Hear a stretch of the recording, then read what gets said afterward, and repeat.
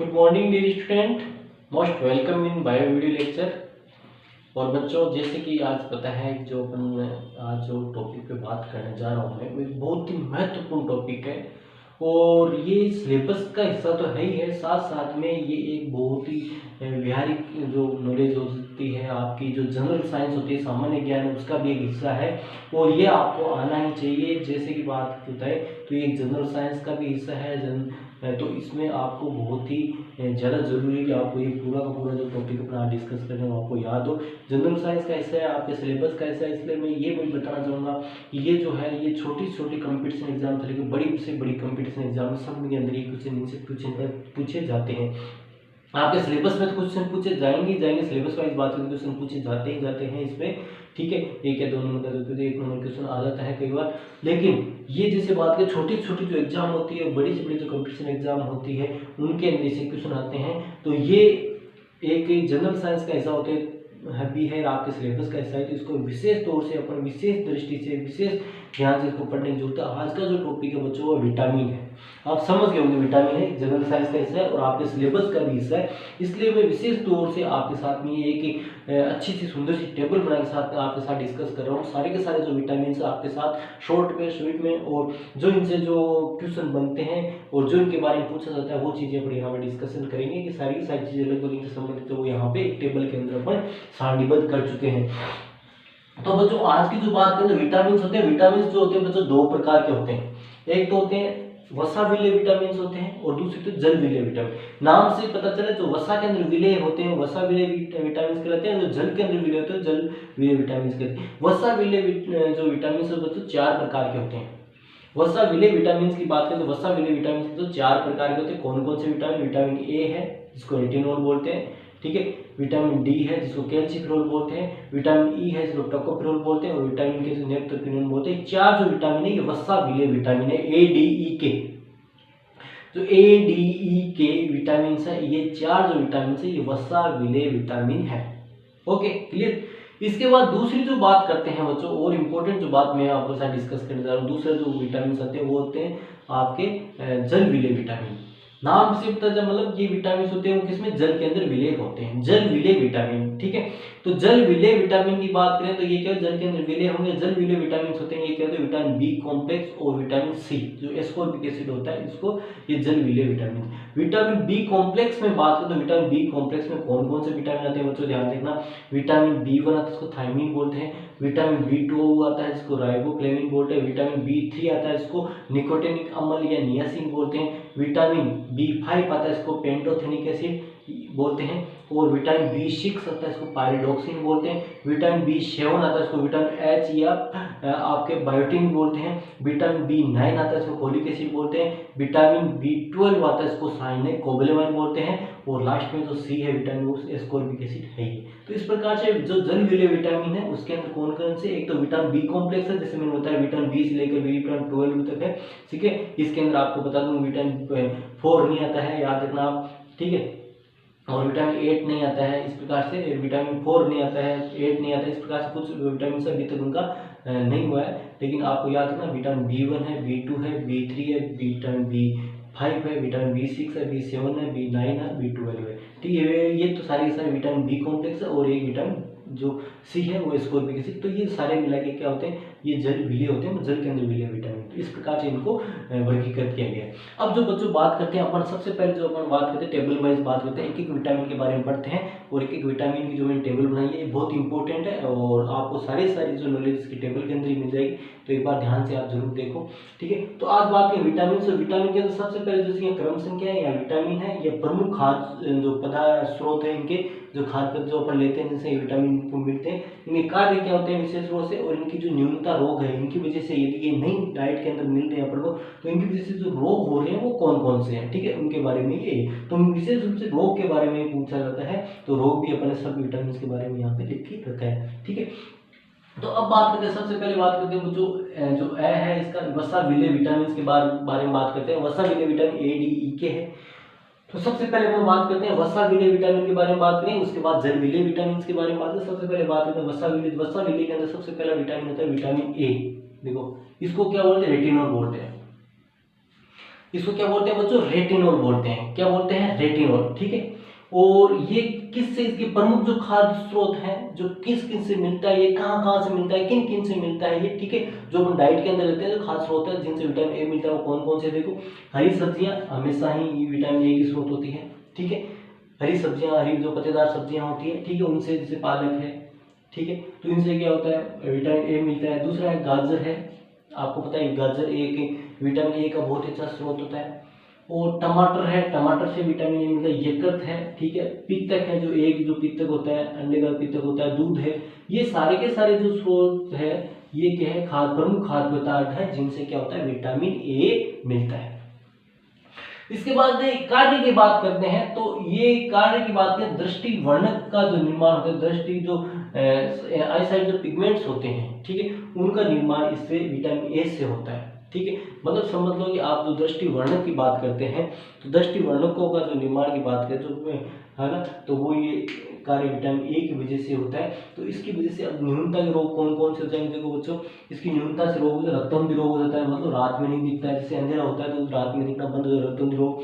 दूसरा जीरोथैलेमिया रोग, इसी की वजह से होता है। नेत्र शुष्क हो जाते हैं, ठीक है, मतलब क्या होता है, बिल्कुल शुष्क हो जाते हैं, शुष्क हो जाते हैं, शुष्क नेत्र बोलते हैं, जीरोथैलेमिया, ठीक है। ये जो रोग है ये दोनों ही न्यूनता के रोग है, आपने नाम याद रखना, रक्तवंधी रोग और जीरोथैलेमिया, ये किसकी डेफिशिएंसी डिजीज है या न्यूनता रोग है, ये विटामिन ए की कमी से होने वाले रोग है। तो आपको क्वेश्चन पूछ लिया जाता है कि विटामिन ए की कमी से होने वाले रोगों के 2 रोगों के नाम बताइए, तो आपको क्या बोलना है, रक्तवंधी रोग होता है जिसको नाइट ब्लाइंडनेस बोलते हैं। दूसरा है जीरोथैलेमिया है जिसको क्या बोलते हैं, आपके नेत्र शुष्क रोग बोलते हैं हिंदी में बात करें तो, ठीक है। ये दोनों रोग ही विटामिन ए की कमी से होते हैं। इसके बाद दूसरा ये हो गया विटामिन ए। इसके बाद दूसरा जो विटामिन आता है बच्चों, वो आता है विटामिन डी, जिसको कैल्शिफेरोल बोलते हैं, है ना। विटामिन डी का जो नाम है बच्चों क्या है, कैल्शिफेरोल। विटामिन डी को क्या बोलते हैं, कैल्शिफेरोल बोलते हैं, ठीक है। ये कहाँ कहाँ से, इसके जो प्रमुख जो खाद्य स्रोत है वो कौन कौन से हैं, देखो मछली है, यकृत तेल है, दूध है, प्रकाश की उपस्थिति में त्वचा द्वारा संश्लेषित होता है। आपको पता होगा, अपन पढ़ा है कि इंक्यूमेटरी जो अध्यावरण तंत्र होता है उसके अंदर अपन पढ़ा है, इंक्यूमेटरी सिस्टम अध्यावरण तंत्र के अंदर पढ़ा है। स्किन के अंदर क्या होता है, कोलेस्ट्रॉल होता है, कोलेस्ट्रॉल के ऊपर जब सनलाइट गिरती है, सनलाइट से विटामिन डी का सिंथेसिस होता है, ठीक है ना, यूवी रेडिएशन से। तो ये मछली तो है, मछली यकृत तेल तो है, जो ये होता है फिश जो लीवर ऑयल होता है उससे, दूध है इसका सोर्स है। और साथ साथ में क्या बताया कि प्रकाश की उपस्थिति में त्वचा द्वारा संश्लेषित होता है, ठीक है। प्रकाश की उपस्थिति बात करें तो त्वचा के द्वारा ये संश्लेषित होता है। और इसका जो प्रमुख कार्य की बात करें, विटामिन डी की जो प्रमुख कैल्शियम का जो प्रमुख कार्य वो कैल्शियम का अवशोषण करना होता है। इसलिए कैल्शियम का अवशोषण करता है इसके निर्माण में, कि अस्थि के निर्माण में, बोन फॉर्मेशन में इसकी प्रमुख भूमिका होती है, बोन फॉर्मेशन में इसकी प्रमुख भूमिका होती है। इसके बाद बात करते हैं इसके द्वारा न्यूनतम जो रोग होता है, इसकी डेफिशिएंसी से जो रोग हो सकता है वो होता है रिकेट्स रोग। बच्चों याद रखना, जो रिकेट्स रोग है ये किसमें, बच्चों में होता है, ठीक है। छोटे चाइल्ड होते हैं उनमें, जो छोटे बच्चे होते हैं उनमें रिकेट्स रोग होता है इसकी कमी से। और ओस्टियोमलेशिया जो रोग होता है वो एडल्ट के अंदर, वयस्क के अंदर जो रोग होता है वो कौन सा होता है, ओस्टियोमलेशिया, ठीक है। ओस्टियोमलेशिया ये किसमें होता है, वयस्क के अंदर, ठीक है। ये किसके अंदर होता है, वयस्क के अंदर होता है, ठीक है।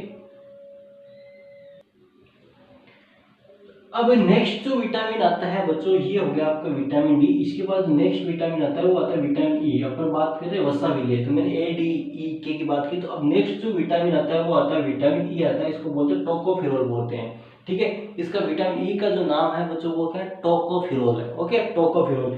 अब इसकी बात करते हैं कि इसके सोर्स कौन कौन से हैं, सोर्स कौन कौन से हैं। तो सोर्स की बात करें, सोर्स कौन कौन से, हरी पत्तियों से विटामिन ई प्राप्त होता है। गेहूं के अंकुर का तेल, गेहूं को अंकुरित करने के बाद जो तेल निकाला जाता है उससे, उसमें जर्मिनेटिंग जो सीड है उससे जो ऑयल प्राप्त होता है, wheat, germinating seed of the wheat, germinating seed of oil of the germinating seed of the wheat, मतलब जो अंकुरित जो बीज है उनसे फिर ऑयल प्राप्त करते हैं, उसमें ये पाया जाता है, यकृत में पाया जाता है और दूध के अंदर पाया जाता है। विटामिन ई की जो बात करते हैं तो ये सोर्स जो होते हैं उनके जो खाद्य सोर्स होते हैं यही है। इसके बाद इसका कार्य की बात करें, असंतृप्त वसा का ऑक्सीकरण को रोकता है, ठीक है। मतलब क्या होता है, ये इसी के साथ साथ में बात करें तो ये जो वसा का जो ऑक्सीकरण, असंतृप्त वसा उसके ऑक्सीजन के साथ में जो कोशिकाओं में और होने वाली जो ऑक्सीकरण जो क्रिया है उनको रोकता है। और ऑक्सीकरण की क्रिया जब रुक जाती है, ऑक्सीकरण होने का मतलब क्या होता है, वो जो कोशिका है वो क्या वृद्धावस्था की तरफ अग्रेसित हो रही है, तो ऑक्सीजन रुक जाता है, तो उससे क्या किसी भी सेल्स में एजिंग नहीं आती है। एजिंग नहीं होती तो मतलब वो सेल्स पुरानी नहीं होती, वो एक स्थायी रूप से वहीं पर रहती है। जितनी कम ऑक्सीजन की दर होगी उसकी जो वृद्धि दर होगी कोशिका की उतनी ही कम होगी। तो इससे क्या होते हैं, जो वृद्धावस्था के या जो एजिंग के सिम्टम्स नहीं आते, इसलिए ये एंटीऑक्सीडेंट की तरह कार्य करती है, याद रखना, ठीक है। तो इसलिए क्या होता है, जब भी जो मतलब ज्यादा जहाँ पर ऑक्सीडेशन होता है तो वहाँ पर क्या होता है, कोई भी चीज होती है खराब जल्दी होती है। तो यहाँ पर क्या एंटीऑक्सीडेंट की तरह कार्य करती है, इससे क्या वो खराब नहीं हुई। कोई कोशिका की बात करें या वो दूसरे जो अपने अंदर जो पाए जाने वाले जो पदार्थ है उनकी बात करें, तो इन प्रकार से ये ऑक्सीडेशन या जो उसकी ऑक्सीडेशन को रोक देती है, ऑक्सीजन को रोक देगी, इससे एंटीऑक्सीडेंट तरकारी करती है। इससे क्या होती है कि जो होता है ना वो एजिंग आती है वो नहीं आएगी, ठीक है। अब इसकी वजह से जो रोग होते हैं बच्चों, बांझपन होता है, ठीक है। बांझपन क्यों होता है कि अपन बात करते हैं कि जो सेमनीफेरस ट्यूब्यूल्स होती है, अपन बात करते हैं वसन के अंदर, बात करते हैं वसन के अंदर सेमनीफेरस ट्यूब्यूल्स होती है। तो ये जो टोकोफेरोल है, ये विटामिन, ये उनको नरिशमेंट या पोषण करने का कार्य करता है। यदि इसकी कमी होगी, पोषण नहीं मिलेगा, उससे क्या होता है, स्पर्म होंगे वो नहीं बनेंगे, स्पर्म नहीं मिलेंगे, बांझपन होने के चांसेस में चल जाते हैं। अंगघात हो सकता है, पैरालिसिस भी हो सकता है इसकी वजह से, ठीक है। तो ये है आपके विटामिन ई की बात है। जो विटामिन ई की बात करिए अपन ने, क्या क्या रोग है इसमें, बांझपन, इनफर्टिलिटी या बांझपन वो प्रमुख रोग है, इसकी वजह से जो कमी से होता है रोग, ठीक है। अब बात करते हैं विटामिन के की। जो नेक्स्ट जो विटामिन होता है विटामिन के, इसको नेप्टोक्विनोन बोलते हैं।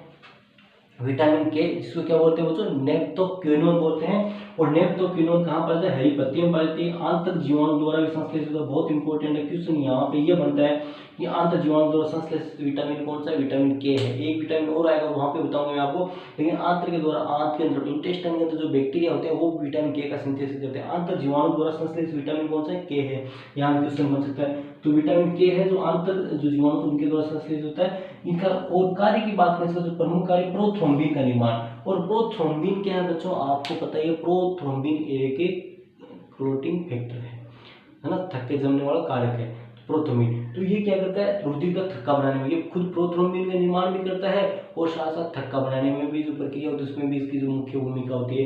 तो इसकी वजह से इसकी कमी हो गई तो वो रोग क्या हो जाएंगे, न्यूनता रोग क्या हो जाएंगे, और रुधिर का स्त्राव होता रहेगा, थक्का नहीं बनेगा, रुधिर का थक्का नहीं जमेगा, थक्का नहीं जमेगा मतलब क्लोट नहीं बनेगा, क्लोट नहीं बनेगा तो क्या हो जाएगा, रुधिर का स्त्राव लगातार होता रहेगा, ठीक, ब्लीडिंग होती रहेगी, ठीक है। तो ये इसके डेफिशिएंसी रोग हो जाते हैं।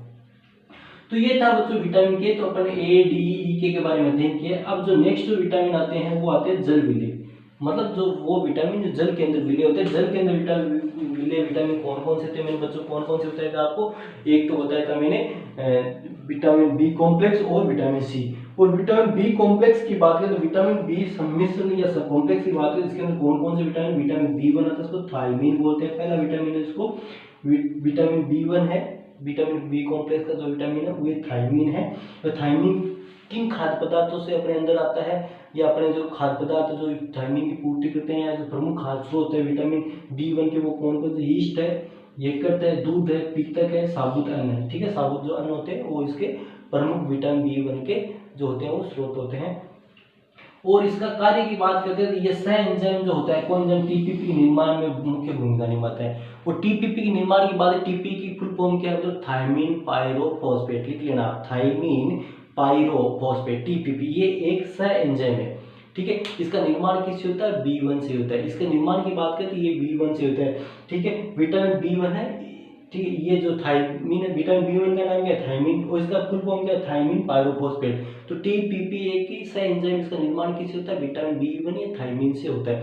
टीपीपी कहाँ पे काम आता है बच्चों, आपको मैं बताऊंगा, आपको आगे याद आएगी कि जब ग्लाइकोलाइसिस का अंतिम उत्पाद बनता है पायरुवेट बनता है। और पायरुवेट जब एस्टर कोएंजाइम ए के अंदर कन्वर्ट होता है, मतलब क्रेब साइकिल में प्रवेश करने के लिए, तो एक मध्यवर्ती जो अभिक्रिया होती है, मतलब पायरुवेट से एस्टर कोएंजाइम ए बनने के लिए वहां पर 5 कोफैक्टर की आवश्यकता होती है। उनमें से कोफैक्टर, एक प्रमुख कोफैक्टर टीपीपी है, आप पढ़ोगे तो वहां पता चलेगा। उनमें से एक जो प्रमुख कोफैक्टर है वो टीपीपी है, थायमीन पायरोफॉस्फेट है, वहां पर आता है, आप देख लेना 5 कोफैक्टर की आवश्यकता होती है वहां पे। उनमें से एक कोफैक्टर है वो सह एंजाइम है, वो कौन सा है, टीपीपी। सह एंजाइम का मतलब क्या होता है, किसी एंजाइम के साथ में लग के कार्य करना, है ना, वो एंजाइम इसके बगैर काम नहीं कर सकता, ठीक है। तो ये वहां पर ये काम आता है। इसकी कमी से जो रोग होने वाला, बहुत बार पूछा गया है एग्जाम में, ठीक है। तो इसकी कमी से, जो थायमीन की कमी से जो रोग होने वाला है, बेरी बेरी रोग है। बेरी बेरी रोग के अंदर क्या होता है, वो जो भूख कम लगती है है ना, भूख लगना बंद हो जाती है, कमजोरी आती है, हाथ पैर होते हैं वो उनमें सूजन आती है, दर्द होता है, ठीक है। इस प्रकार से कई प्रकार के जो सिम्टम्स होते हैं जो इसमें उत्पन्न हो जाते हैं बेरी रोग के अंदर। तो विटामिन B1 की कमी से होने वाला रोग है वो बेरी है, ये जरूर आप याद रखना, ठीक है। तो ये हो गया आपके थायमिन। इसके बाद नेक्स्ट विटामिन बात करते हैं, विटामिन B2 की बात करते हैं बच्चों। विटामिन B2 को बोलते हैं राइबोफ्लेविन। विटामिन B2 का नाम है राइबोफ्लेविन। विटामिन B2 का नाम बच्चों क्या है, राइबोफ्लेविन। इसके प्रमुख खाद्य स्रोत की बात करते हैं तो ये दूध से प्राप्त होता है B2, ठीक है। ये राइबोफ्लेविन पीतक से प्राप्त होता है, यकृत से प्राप्त होता है, यीस्ट से प्राप्त होता है। तो ये इसके एक खाद्य सोर्स है या प्रमुख खाद्य सोर्स है, फूड सोर्स है या प्रमुख खाद्य स्रोत है, वो है ये दूध, पीतक, यकृत और यीस्ट। किसके, राइबोफ्लेविन के, विटामिन B2 के। इसका कार्य क्या होता है बच्चों, वृद्धि करना होता है, वृद्धि में इसकी भूमिका होती है। साथ साथ में FAD का जो भाग होता है उसका निर्माण में भी इसकी प्रमुख भूमिका होती है। FAD क्या है बच्चों, फ्लेविन एडेनिन डाइन्यूक्लियोटाइड। विटामिन का नाम क्या है, राइबोफ्लेविन। देखो राइबोफ्लेविन, तो राइबोफ्लेविन किसके निर्माण भाग है, FAD, ये है फ्लेविन, ठीक है। तो FAD का प्रमुख भाग होता है। FAD एक एंजाइम है इसकी तरह, TPP की तरह, FAD एक एंजाइम है TPP की तरह, ठीक है। तो फ्लेविन एडेनिन डाइन्यूक्लियोटाइड का निर्माण होता है यहाँ पे FAD, flavin adenine dinucleotide, FAD, ठीक है, फ्लेविन एडेनिन डाइन्यूक्लियोटाइड। तो इसके निर्माण कौन भाग लेता है बच्चों, ये इसका जो हिस्सा कौन होता है, राइबोफ्लेविन, ठीक है, नाम आया इसलिए। इसका प्रमुख जो न्यूनता रोग होता है, इसकी वजह से जो न्यूनता रोग होता है बच्चों कौन सा, देखो इसकी प्रमुख जो रोग है वो मुख के किनारे पर फटना, इसको किलोसिस बोलते हैं। इसकी कमी से क्या होता है, इसका जो बात है, इसकी जो कमी सर्दियों में ज़्यादा हो जाती है, क्योंकि इसकी जो बढ़ने आवश्यकता सर्दियों में ज़्यादा होती है, इसलिए पूर्ति होती नहीं। इसकी वजह से आप सर्दियों में देखना ज़्यादातर यहाँ से जो किनारे होते हैं, मुख के जो किनारे होते हैं ये फट जाते हैं, ठीक है।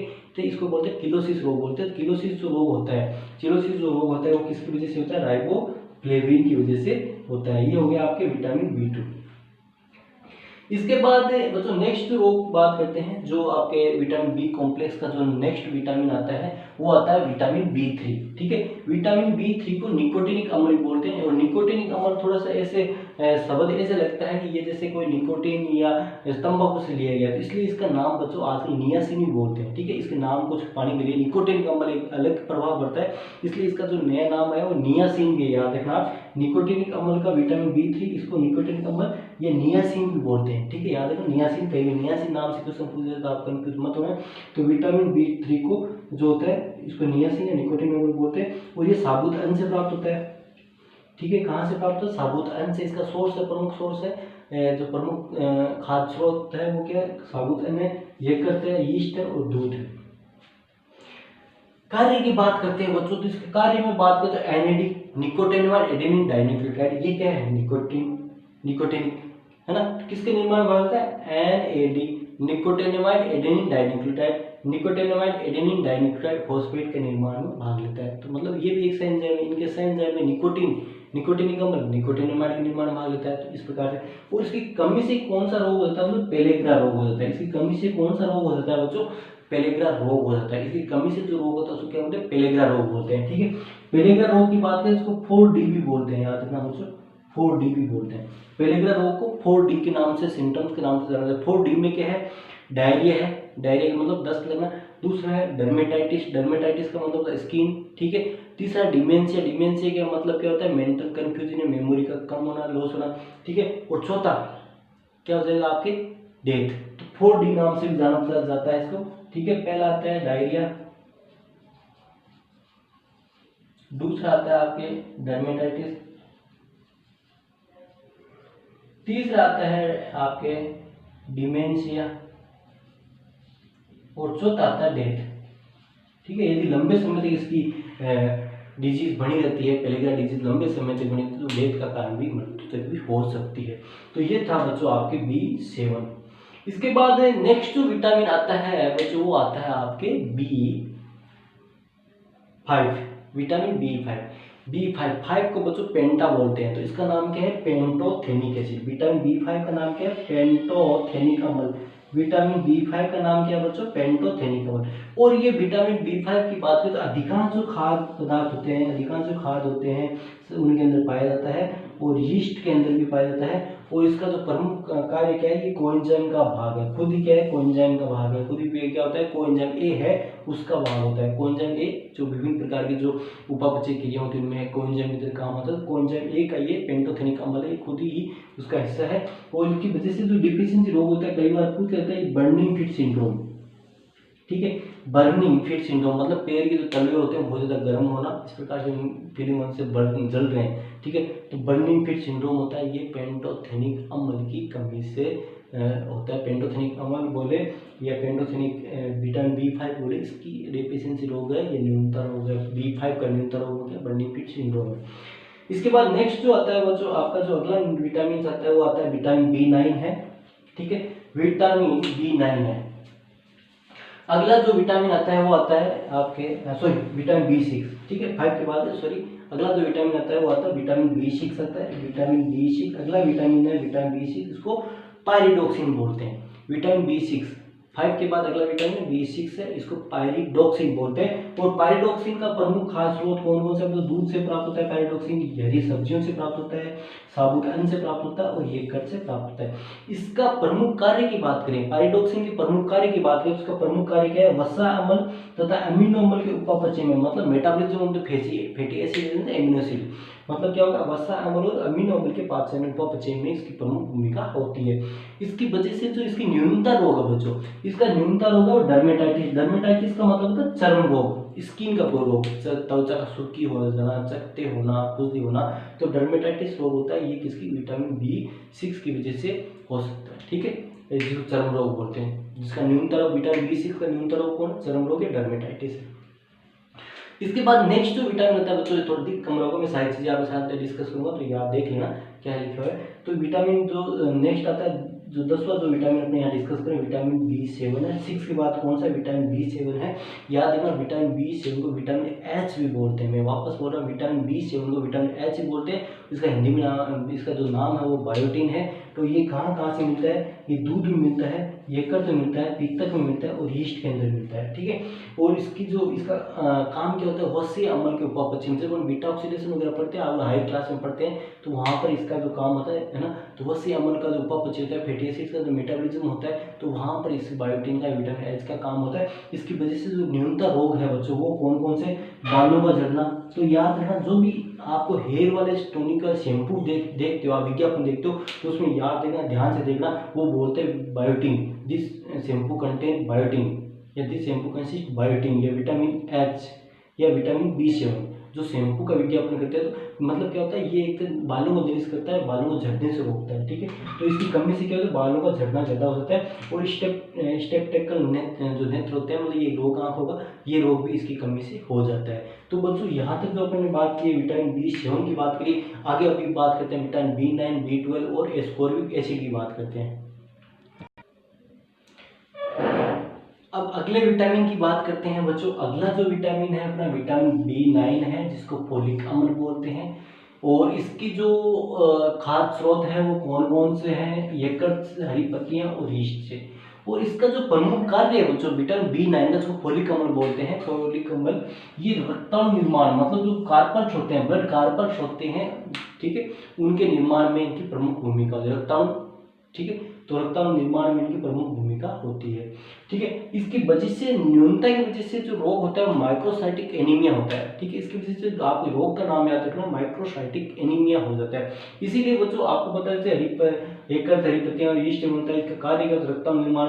तभी आपने प्रेग्नेंट वुमेन के जो आपका जो मेडिसिन देखी होगी, उसके अंदर फोलिक एसिड होता है, डॉक्टर फोलिक एसिड देता है। फोलिक एसिड क्या होता है, शरीर के अंदर जो रक्ताणु होती है, ब्लड सेल्स होती है, वो बनती है। उससे क्या होता है, ब्लड सेल्स ज़्यादा बने तो ब्लड जो होगा वो ज़्यादा बनता रहेगा। उससे क्या होता है, जो फिटल्स होता है उसको जो एब्जॉर्प्शन या फिटल्स के जो न्यूट्रिशन ब्लड के थ्रू अच्छे से मिलता रहता है, ठीक है। इसके बाद नेक्स्ट जो आता है, इसके अंदर आता है बच्चों विटामिन B12 जो साइनोकोबालेमिन बोलते हैं। ये इसका जो सोर्स है वो दूध है, एक अर्थ है आंत्र के जीवाणु द्वारा उत्पादित। देखो दूसरा जो विटामिन है जो आंत्र के अंदर जीवाणु द्वारा स्रावित हो रहा है, पहले एक विटामिन के था मैंने बताया, तो वहां पे क्वेश्चन बन सकता है। तो आपको ऑब्जेक्टिव में ध्यान देना है किस प्रकार यदि ऑब्जेक्टिव क्वेश्चन कहीं भी आता है तो आपको ये ध्यान देना है कि जीवाणु द्वारा जो पूछा है आंत्र के अंदर जीवाणु द्वारा पूछा है, तो विटामिन के और विटामिन B12 दोनों है, तो दोनों हो जाएंगे। यदि दोनों में से एक है तो उसका ऑप्शन आपको चूज करना है।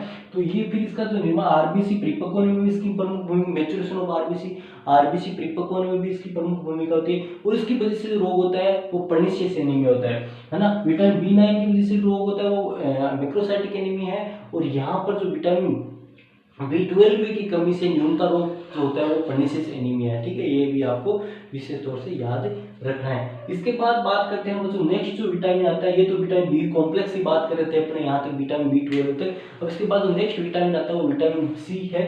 ठीक है, विटामिन सी है, इसको एस्कॉर्बिक एसिड या एस्कॉर्बिक अम्ल भी बोलते हैं। ये कहाँ से, नींबू वंश के जो फल होते हैं, आपको पता है खट्टे फल में विटामिन सी प्राप्त होते हैं। नींबू वंश के फल है, टमाटर है, आंवला है, इनसे ये विटामिन सी अपन को प्राप्त होता है। या विटामिन सी के स्रोत की बात करें, खाद्य स्रोत की बात करें तो नींबू वंश के फल है, टमाटर है, आंवला है, ये सारे के सारे विटामिन सी के प्रचुर मात्रा में विटामिन सी पाया जाता है और प्रमुख खाद्य स्रोत है। ठीक है, इसका जो कार्य होता है तो इसको कार्य की बात करें, इसका प्रमुख कोलेजन संश्लेषण। कोलेजन जो आपको पता ही है प्रोटीन से बने हुए जो अंदर अपने फाइबर जो पाए जाते कोलेजन होते हैं वो स्वादिक मात्रा में पाए जाने वाला प्रोटीन है और अपने शरीर में स्वादिक मात्रा में पाया जाने वाला प्रोटीन है, तो कोलेजन का संश्लेषण करते हैं। और एंटीऑक्सीडेंट की भूमिका निभाते हैं, मतलब ऑक्सीकरण की जो प्रक्रिया होती है बॉडी के अंदर उसको भी रोकते हैं। इसकी न्यूनता से जो रोग होता है, कई बार पूछा गया बच्चों, इसकी विटामिन सी की न्यूनता से रोग जो होता है वो होता है स्कर्वी रोग। स्कर्वी रोग के अंदर क्या होता है, मसूड़ों के अंदर क्या होता है, मवाद बढ़ जाती है, मसूड़े में खून आना लग जाता है, मसूड़े रहते हैं, ठीक है, सड़न होने लग जाती है, इस प्रकार से जो होती है। तो ये स्कर्वी रोग होता है विटामिन सी की कमी से ही होता है। तो यहाँ पे विटामिन सी की कमी से होने वाला जो रोग है वो काफी स्कर्वी रोग है। तो यहाँ तक जो आपने विटामिन के बारे में बात की और विटामिन के प्रमुख जो खाद्य स्रोत है, कार्य है, उनकी जो न्यूनता रोग उनके बारे में डिस्कशन किया और प्रमुख जो सारे विटामिन उनके बारे में अपने यहाँ पे डिटेल स्टडी की। और ये एक टेबल आपके एग्जाम की दृष्टि से देखे जो कई बार क्वेश्चन पूछ ले जाते हैं, तो बहुत ही महत्वपूर्ण बच्चों। तो आज की वीडियो में इतना बहुत धन्यवाद।